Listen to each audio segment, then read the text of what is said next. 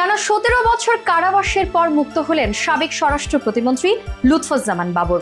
দুপুর ১:৩০টায় কেরানীগঞ্জে ঢাকা কেন্দ্রীয় কারাগার থেকে বের হন তিনি।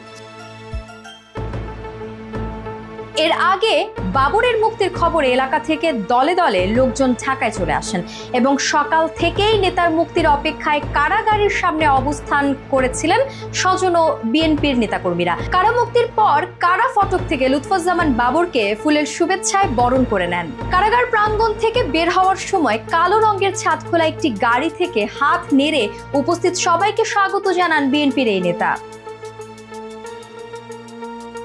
১৪ জানুয়ারি চট্টগ্রামে আলোচিত ১০ ট্রাক অস্ত্র মামলায় যাবজ্জীবন সাজা থেকে খালাস পান লুৎফুজ্জামান বাবর। আবার এর আগে ২০২৪ সালের ১৮ ডিসেম্বর একই ঘটনায় দায়ের হওয়া চোরাচালান মামলায় ফাঁসির সাজা থেকেও খালাস পান তিনি।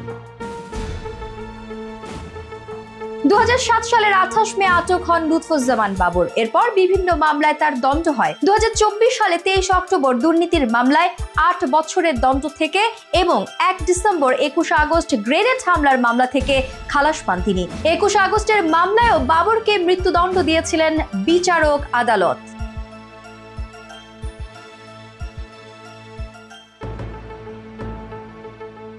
লুৎফুজ্জামান বাবর ১৯৫৮ সালের ১০ অক্টোবর নেত্রকোনার মদনে জন্মগ্রহণ করেন। ১৯৯১ সালে প্রথমবার তিনি নেত্রকোনা থেকে সংসদ সদস্য নির্বাচিত হন। এরপর ১৯৯৬ সালের ১৫ ফেব্রুয়ারির নির্বাচনেও তিনি সংসদ সদস্য নির্বাচিত হন। সর্বশেষ ২০০১ সালে লুৎফুজ্জামান বাবর ফের সংসদ সদস্য নির্বাচিত হন। ওই সময় তাকে স্বরাষ্ট্র প্রতিমন্ত্রীর দায়িত্ব দেওয়া হয়।